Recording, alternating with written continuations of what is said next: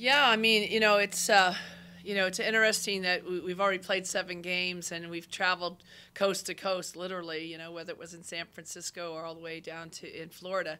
A couple good things. One thing for us is just to be able to get together this early on the road and really bond as a team and really strengthen that team chemistry, which is so important off the court, so that we have it on the court. So a lot of that going on.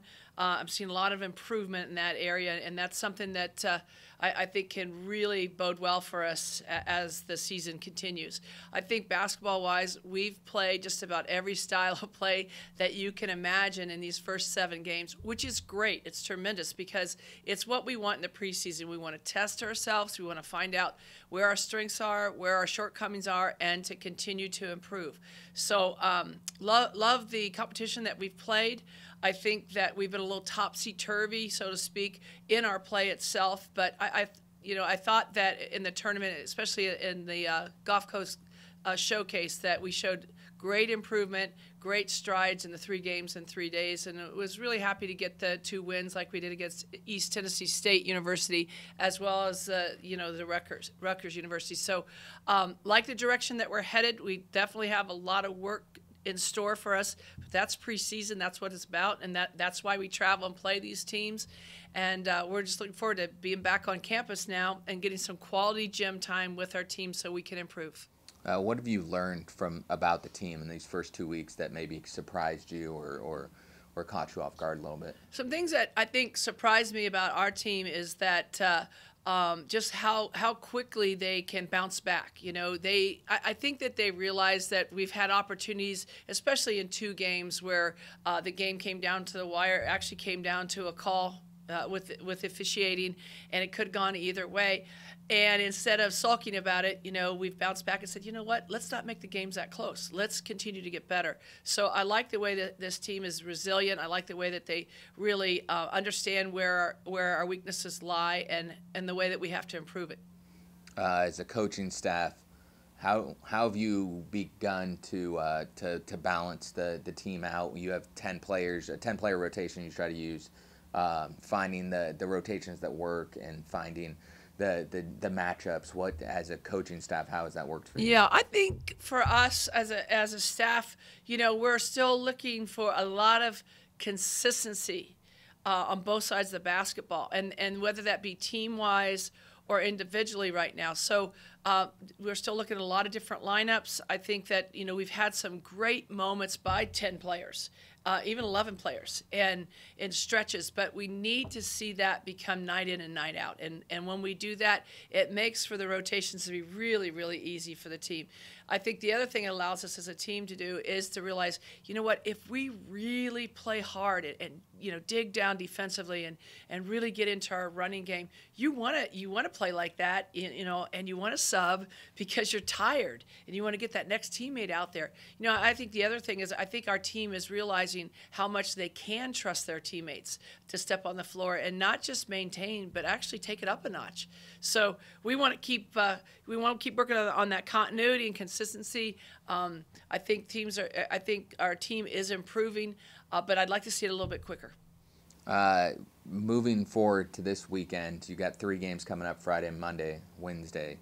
I probably haven't looked at the scouts yet or gotten into that, but can you talk a little bit about playing at home, playing against these 3 opponents? I mean, all tough opponents coming up in Idaho State, St. Louis, and Gonzaga. Yeah, in preseason we don't schedule anybody but tough teams, and that's all with design to get us ready for the mighty Pac-12, because that's the best conference, no doubt, in America in women's basketball, and that's the goal, is to win that conference title. So I think it's great that we're continuing to play some very, very good teams. I think that, like I said, for us, a big thing for us is just getting back late last night on Monday night is to be able to get them rested a little bit today, but to turn around and really get some quality gym time, quality film time, and work on Cougar basketball, not the next opponent like we've had to do with playing these 7 games so quickly. So I'm excited just to get us back and work on our thing and refine it a little bit. And like I said earlier, just getting more consistent in what we do, because we show flashes. We show flashes of brilliance on both sides of the basketball, but we have to sustain it for a longer period of time. What is the ideal that you look for in a game? So, like on Friday night to win that game, what do you think is the most important? Ideally for us, I think the thing is we want to dictate the tempo on both ends of the floor. We want to create a lot of chaos defensively. We want to mix up defensively and be able to really create, create a lot of offense off of our defense. I think the next thing that would be ideal for me right now is to see us continue to take steps forward in the rebounding part of the game. You know, rebounding is all about, it's a war. It's a war on the boards, and I think that we have not been physical. We have not accepted the challenge of being physical enough to really get those numbers up so that we can get teams to one-and-done situations in the court and get us into a more of a exciting running game. I think that, you know, this team is eager to run. They're excited to run. You know, fast break basketball. We've got a lot of people who can handle the ball and really push. We've got a lot of people who can score, you know, from the three-point line or get in there and get it to the rim.